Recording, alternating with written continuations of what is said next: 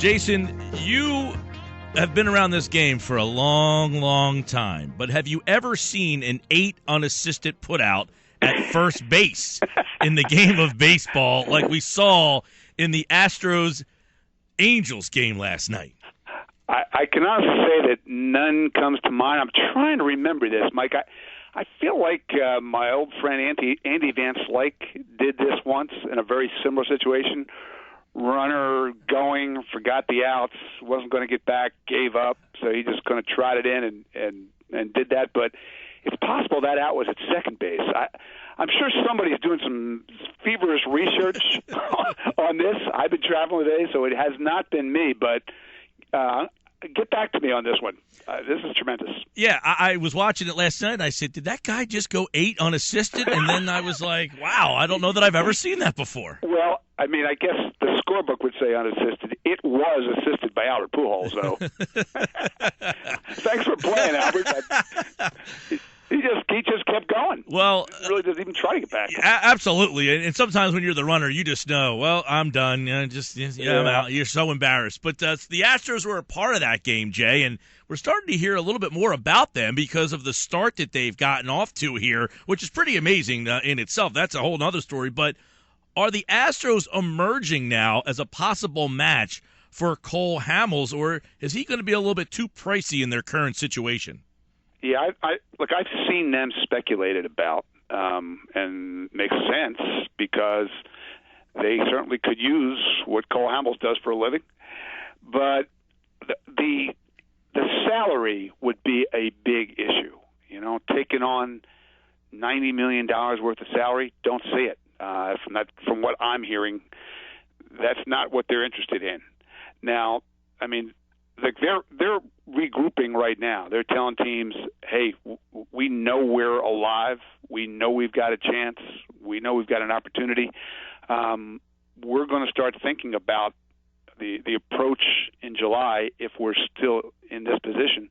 And, hey, if you look at their staff, once you get past 2 starting pitchers, they need high-end starting pitching. There's no doubt about it. So that seems like it translates to Cole Hamels, but unless the Phillies were willing to pay a huge chunk of the money, I don't see it. You know what's interesting, though, Mike? I mean, this is a team that just pared down payroll to embarrassingly low levels. There was a point a couple of years ago where I think we decided their payroll was down there, you know, maybe near like under $20 million. So you'd think with all the revenue-sharing money they've taken in, they could take on whatever they wanted, but I don't see them taking on Cole Hamels' money. I think the key is getting rid of Ed Wade. No matter where he goes and he leaves, and the team succeeds. You know, there are people who worked for Ed in Houston who are keeping really close track of which guys on the Astros were acquired by Ed and which ones were acquired by the current regime. And Ed's faring remarkably well. Well, and that wasn't a slight on him either because, you know, you could say that he was very responsible for the Phillies' success by not moving guys and now in Houston by bringing some guys in. This was almost a pat on his back that he keeps getting criticized, yet there's one guy who keeps bouncing around to 2 different places and success when he leaves. We know he made good trades with the Phillies, right? he got good returns in his deal with the Phillies. Well, let's look at Hamels because he's not pitched very well. I mean, he's not been awful, but he's not been great. And it seems that people around baseball seem to be split on whether the Phillies made the right move for holding out as long as they are. Jay, where are you standing on that as you continue to see Hamels pitch the way he is? Yeah, I would say that the people that I have spoken with probably side more with Ruben's approach than the idea that they should have moved him when they had the chance. And they are taking a chance. They're taking a chance on injury. They're taking a chance on him not pitching well. They're taking a chance they can't get what they want. And if they get past July, just recognize that next winter is an impossible environment to tread an ace because there are going to be so many ace-type starters out there as free agents. So now is the time. This is the window. And I had an executive of a team that had persistent interest in Cole Hamels tell me, Ruben's in a great spot. This is setting up to be just what he was hoping would happen. The Dodgers have had 2 starting pitchers go down. The Cardinals had their ace go down. The Red Sox had to fire their pitching coach after a month. The planets are lining up for them to make a deal and have people incredibly interested in making that deal. I'm still not sure that Ruben gets everything he's asking for, and so that's where it's going to get interesting. Jayson Stark's with us here. He's driven by Team Nissan on Delsey Drive in Vineland. We've discussed Chase Utley the past few weeks. The Phillies just giving him a mental break. What are scouts saying about Utley? Some here are kind of saying it's time to bench him or at least drop him in the order. Ruben Amaro says, look, he's got the worst luck in the world. I kind of find it hard to hit 103 even with bad luck. I mean, you're still going to probably be around 200. So is it declining skills or is it bad luck? Well, let me ask you this. You want me to try to put in perspective the numbers and just how incredibly, historically ugly they are? Absolutely. First? Absolutely. I can't even imagine where he stands right now at 103. Yeah, well, let's just go through it. I mean, the first thing is we talked about his average in April, I think last week, right? 114 in April, lowest by any Phillies regular since Roy Sievers in 1962. But if you keep going, it's the worst month by any player at any position in any calendar month since Chris James hit 103 in May of 1989, 26 years ago. And my buddy Tim Kirkshin had an incredible note on him last night on our Baseball Tonight show. He's hitting 103, as you just mentioned. And there hasn't been a player with 1,500 career hits who had a batting average this low, this deep into a season, since Edgardo Alfonso in what was basically like the last week or so of his career when they decided he just couldn't play anymore. And so that's, you know, one of the topics that I heard a lot when I was up in Bristol this week is, do I think Chase Utley is done? And I actually don't think he's done, and I've asked scouts about this, a lot of scouts, and they don't think he's done. But I do think he's entering a different stage of his career that I don't know that he's ready for, and I'm not sure that the Phillies have acknowledged. I just don't see Chase as his skills decline, as you know, he starts to lose the strength and stamina and young legs to play, 140 games a year. I don't think he's that guy anymore. I think he's a guy that you need to find the right spots for. You should not be hitting him 2 or 3 in the order.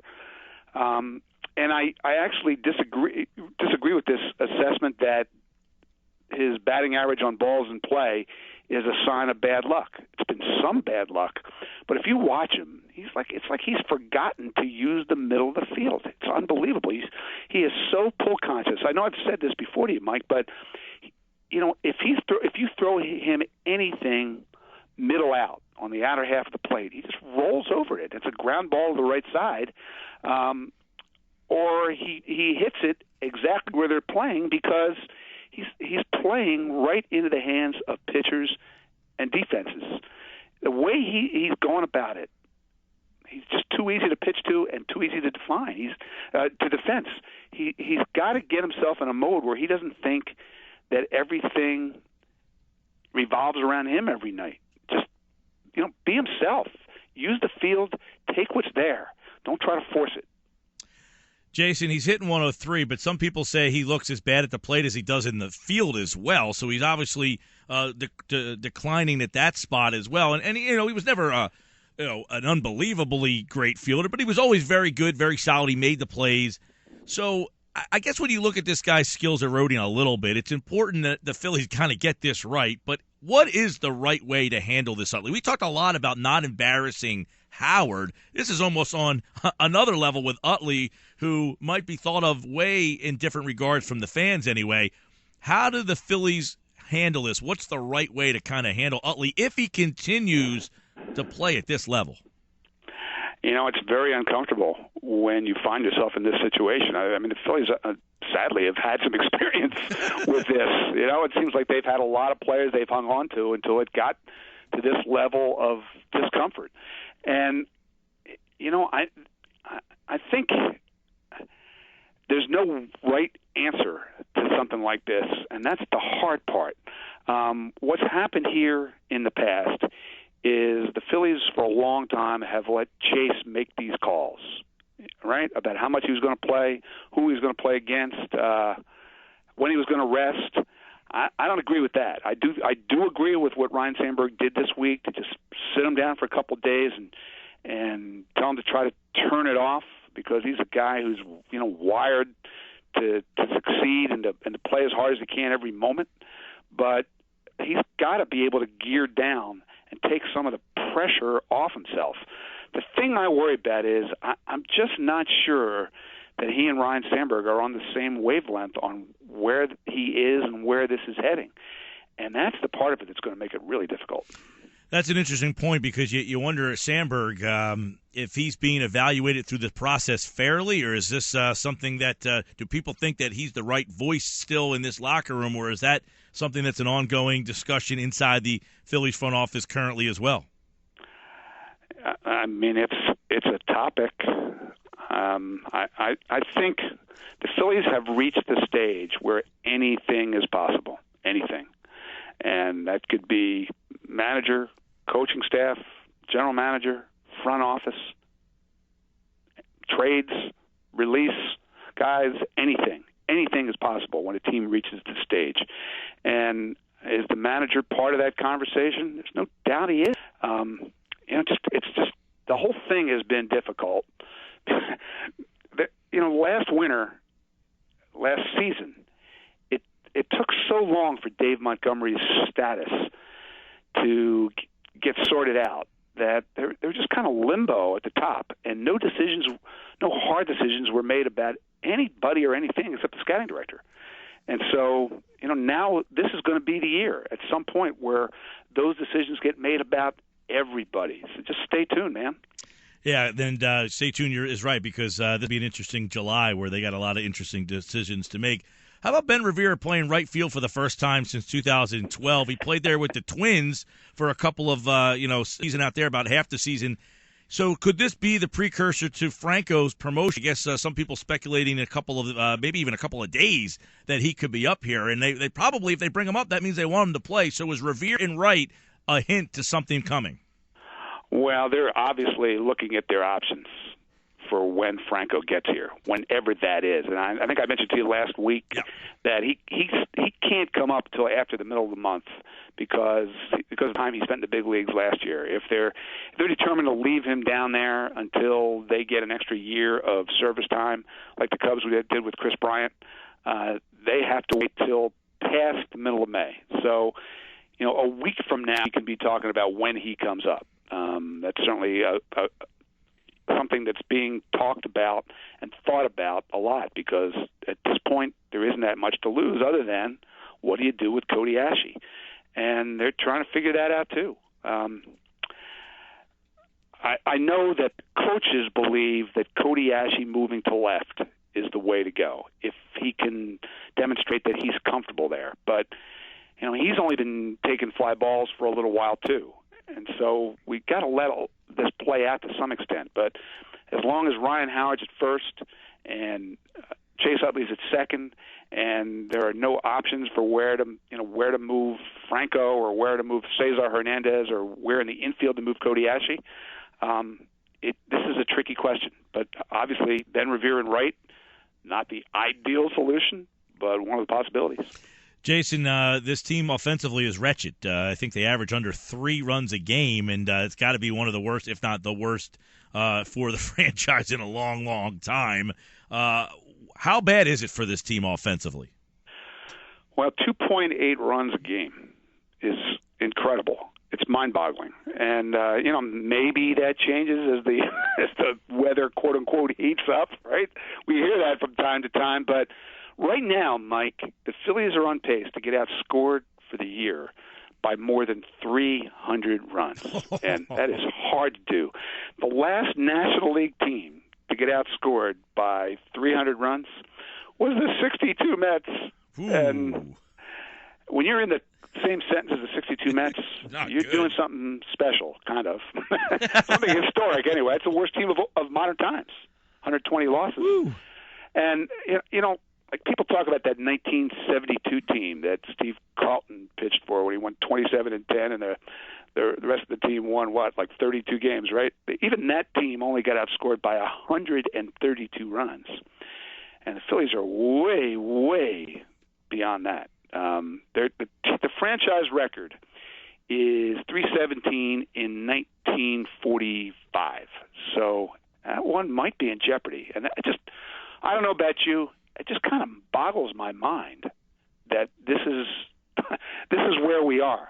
It's only 4 years ago, 4 years since this was by far the best team in baseball, a team that, until they lost 8 in a row at the end of the year, looked like they had a chance to win like 110 games. 4 years later, they're the 62 Mets. Wow, unbelievable. Well, maybe Rob Manfred can shorten this season so it gets over faster for the Phillies, but is that something that could be coming down the road, a shortened baseball season? Yeah, there's no doubt. I've always said that one thing that virtually all Phillies seasons have in common is they all last too long. And, now we're starting to see some evidence that people think the season will last too long in general, and I am right there with them. What is interesting to me about the commissioner starting to talk up 154 games is the opposition to this idea has mostly come from the owners. I can tell you that in the last labor talks, the number that was kicked around was cutting back to 158 games. And you know what the owners said to the idea of losing 2 home dates apiece? No chance. Wow. Not doing it.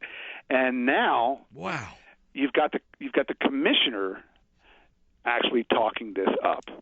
And the reason that owners have been opposed is pretty obvious. If you lose the dates, that's a lot of money we're talking. But I think what those owners are going to hear from the commissioner is you're already losing money. You just don't realize it. Have you seen the disabled list lately? Have you seen how much money you're paying people not to play, the millions and millions of dollars that are being paid to players who don't play, can't play? Well, the reason is the schedule is so grueling. You look at some of these trips that teams go on, where you're playing Thursday night in Miami and Friday night in California. I was looking at the Angels schedule last night because we were going to talk about this on Baseball Tonight, and the Angels have one trip the rest of the season where they do not go to either the Eastern or Central time zone. It's just massive, killer travel, and there's just not enough off days in the season. And that has to change. That's one of the things that Rob Manfred said when he talked about this.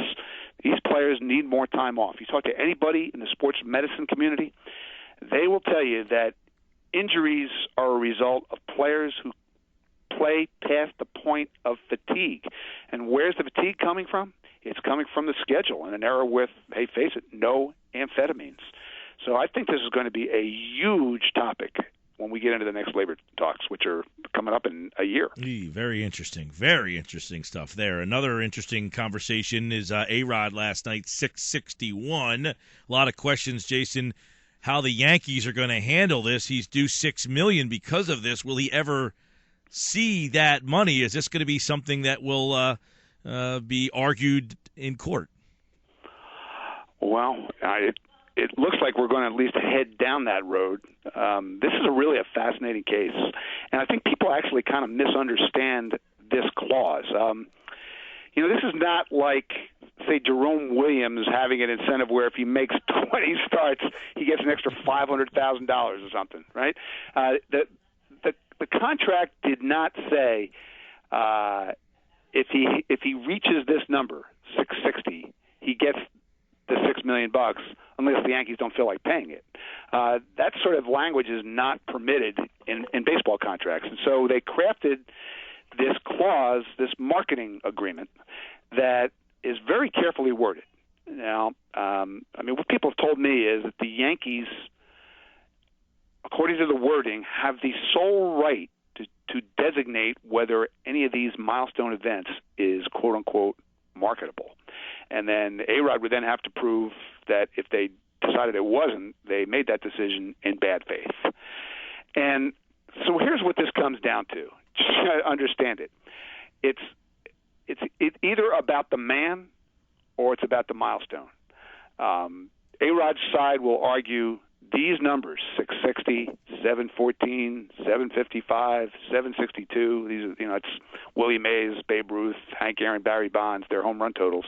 These are the still milestones that mean exactly what they've always meant in baseball history. And that's what this is about.